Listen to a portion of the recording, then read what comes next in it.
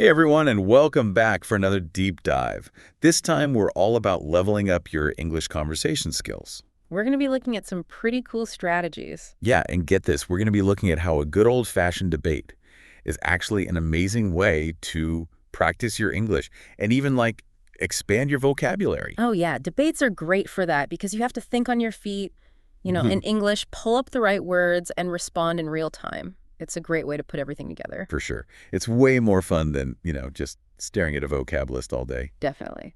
The big debate we're diving into today is the classic city life versus village life. It's so fascinating because this debate goes way beyond just language practice. It gets us thinking about our values, and how our personalities shape the environment we want to be in, like what we really care about in life. So let's jump right into the conversation. Imagine you're asked, what are your thoughts on village life compared to city life? Tough question. Which side are you leaning towards? Well, the material we're looking at does a really good job of giving us both sides of the story. For village life, there's the peace and quiet and being close to nature. And there's also that strong sense of community, having a good support system around you. Yeah, I can see that. But of course, things might move a little slower in village life. Yeah, that makes sense. But then there's also the trade-offs, right? Right. Like our source material points out, villages sometimes don't have the same access to those high-tech facilities or variety of job opportunities or even those cultural experiences that you might find in a big city. Yeah, and that's where the argument for city life comes in strong. The source highlights, having access to better education, more job options, and that constant buzz of activities and entertainment. It's all about opportunity and, being right in the middle of everything. But, cities can also get a little overwhelming, right? Oh, for sure. The noise, the crowds, just the nonstop hustle. Yeah. And even though you're surrounded by people all the time, city life can sometimes feel, well, a bit lonely. That's true. But what's really interesting is that the discussion emphasizes that there's no one right answer. It all comes down to, individual priorities and lifestyle. Oh, wow. That's a quote right from the source material. Yeah. It really highlights that, learning a language isn't just about memorizing grammar. It's also about understanding different cultures and ways of seeing the world. Exactly. That actually reminds me of when I first moved to a new city. I realized that, my ideas about what a good life was were really tied to the culture I grew up in. I bet that was an eye-opening experience. Yeah, it really was a huge learning experience, not just for my language skills, but, for my whole worldview. It's incredible how learning a new language can open up your mind to all these different ways of life. What might be a good thing in one culture could be, seen as a disadvantage in another. And that shows up in the language we use, too. So we've got this lively debate going on, but here's where it gets really cool for language learners. Okay, I'm listening. The source material actually weaves in vocabulary learning right into the conversation. Oh, that's smart. Like sneaking in little lessons. It's a really clever technique because it's exactly how we learn languages naturally, right? Yeah. We pick up new words and phrases by hearing them being used, not just by memorizing definitions. Exactly. There's this one part where one of the speakers says pros and cons, Okay. but then they go on to say advantages and disadvantages, right away. So they're defining the phrase right there in the conversation. Exactly. That's subtle but powerful. When you hear a new word and then immediately get the definition, it sticks with you. Yeah, it's like your brain just makes a stronger connection. This makes me think we could totally use this trick in our own English practice. Oh, absolutely. What if when we learn a new word, we challenge ourselves to use it in a conversation that same day? I love that idea. It forces you to really think about the word and how to use it in a sentence. It's way better than just writing it down in a notebook and hoping you'll remember it later. Yeah, for sure. Or we could also pay attention to how new words are used when we're, watching movies or listening to podcasts in English. Yes. The more you expose yourself to the language in a natural way, the easier it becomes to absorb new vocabulary and use it correctly. It becomes less about, memorizing and more about understanding how the language actually works. So we've talked about how cool this city versus village debate is and how the source material sneaks in these vocabulary lessons. Now let's switch gears a bit. Okay.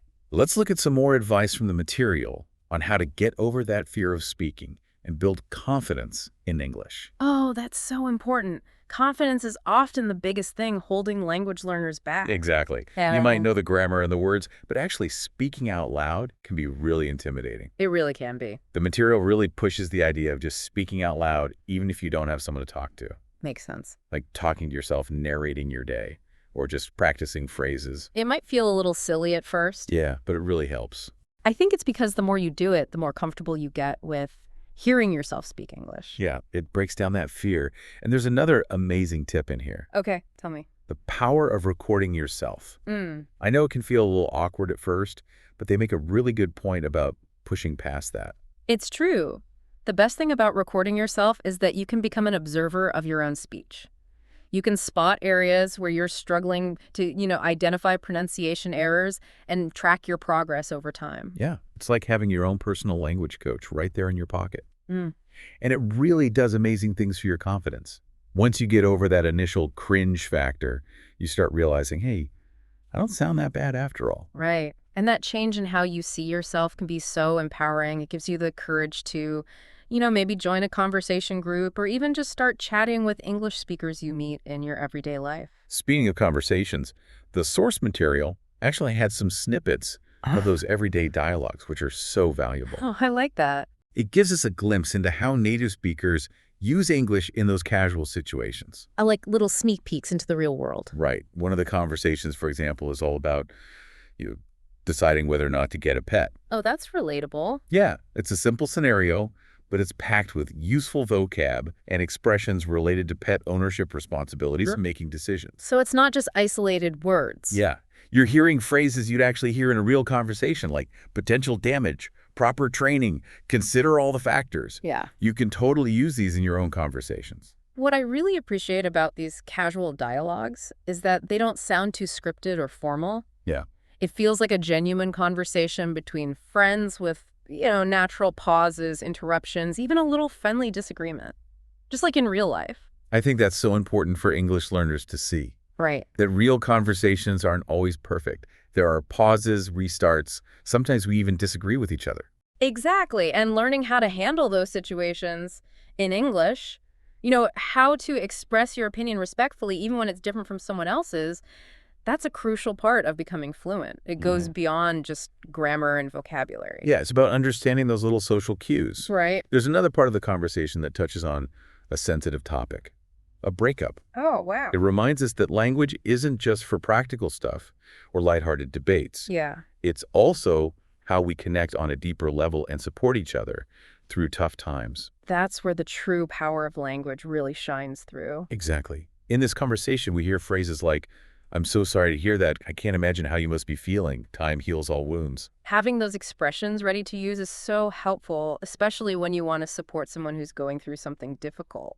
Even if you don't use those exact phrases, just understanding the importance of empathy and offering comfort is valuable. It shows you care about connecting with others, not just about your language skills. It's about developing those people skills alongside your language skills. So true. Because in the end, language is all about connection. It's about bridging gaps, sharing experiences, building relationships. Wow, we've covered a lot, haven't we? We have. We looked at how debates are great for practicing English, how these materials cleverly sneak in vocabulary learning, and how crucial it is to build confidence and practice those everyday conversations. This has been a really insightful deep dive. Before we move on, I want to go back to something we mentioned earlier, the idea of actively engaging with the language. This applies to everything we've talked about today. Absolutely. It's not enough to just passively listen to English. You need to actively participate, experiment, make mistakes, and learn from them. Yes, exactly. So whether you're debating city versus village life, explaining a new word to a friend, or recording yourself practicing a tricky phrase, the key is to be present, be engaged, and embrace the whole process. The more you put yourself out there, the more confident and fluent you'll become. Now, as we wrap up this part of our deep dive, I want to leave you with a final thought, something to spark your imagination and encourage you to keep exploring. Okay, I'm intrigued. We've heard some really compelling arguments for both city and village life. Yeah. But what if you could design your perfect living space? A place that blends the best of both worlds. What would that look like? That's a great question. It really gets us thinking creatively about our own values and priorities and what our ideal environment would be. And it's a perfect topic to discuss with other English learners. You could compare your ideas, exchange thoughts, and practice all those fantastic vocabulary and expressions we've been talking about today. It's a fantastic way to keep learning beyond this deep dive and bring it into your everyday conversations.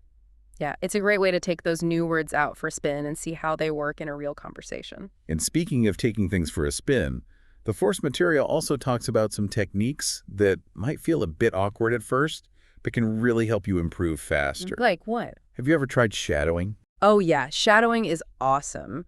It's where you listen to a native English speaker, a recording or a live conversation, and you try to repeat what they're saying at the same time, almost like a shadow. I've tried it. It's Yeah. tougher than it sounds. It really makes you pay attention to the pronunciation, the intonation, the rhythm. It's like a workout for your tongue and your brain. Totally.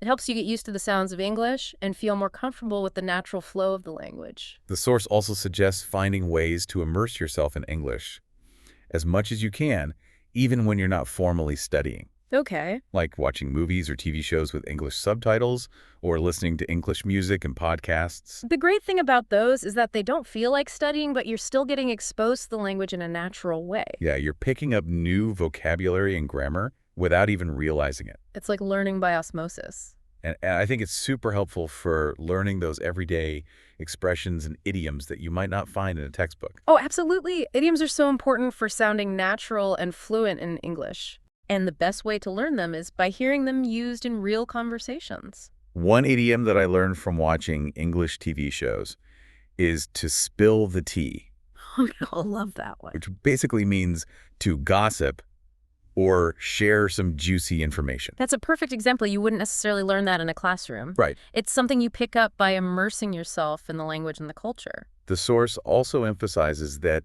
it's okay to make mistakes. Yeah, that's a big one. It sounds obvious, Yeah. but it's something that a lot of English learners really struggle with. It's natural to want to speak perfectly, but mistakes are actually a really important part of learning. Yeah, there are chances to learn and grow. Exactly. I think the fear of making mistakes often stops people from speaking English at all. That's true. They'd rather not say anything than risk saying something wrong. But the truth is, native English speakers make mistakes all the time. We do. Nobody expects you to speak perfectly. And most people are really understanding and helpful when they know you're learning English. Yeah, they're usually happy to help you correct your mistakes or explain anything you're unsure about. It's all about finding a supportive and encouraging environment. Surround yourself with people who want to help you learn. And don't be afraid to practice your English, even if you make a few mistakes along the way. Okay, so we've talked about a lot in this deep dive. We've explored using debates to practice English. We've looked at some smart techniques for learning vocabulary, and we've emphasized the importance of building confidence and practicing those everyday conversations. We have. But before we wrap up, I want to highlight one more key takeaway from the material: the importance of finding your own learning style and making a study plan that works for you. Oh, that's so important. What works for one person might not work for another. Exactly. It's about trying things out and seeing what clicks for you. Some people learn best from structured lessons and textbooks, while others prefer a more immersive approach like watching movies or listening to podcasts. And there's no right or wrong answer. The key is to find what keeps you motivated and engaged. And to be patient with yourself learning a language takes time and effort. Some days you'll feel like you're making great progress, and other days you'll feel stuck. It's a journey, not a race. Exactly. And the most important thing is to enjoy the process, embrace the challenges, celebrate your successes, and keep your eye on the prize, the ability to communicate confidently and fluently in English. Yeah, I love that it's all about the journey, not the destination. It really is.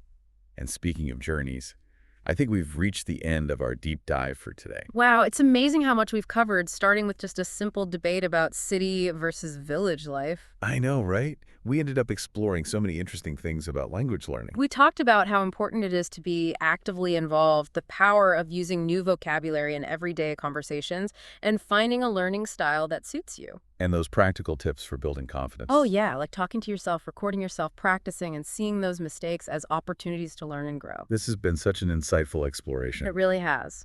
I hope our listeners are feeling inspired and ready to level up their English conversation skills. I'm sure they are. Remember, language learning is an ongoing journey. It is. The key is to stay curious, keep at it, and most importantly, have fun along the way. Thanks for joining us on this deep dive. Happy language learning, everyone.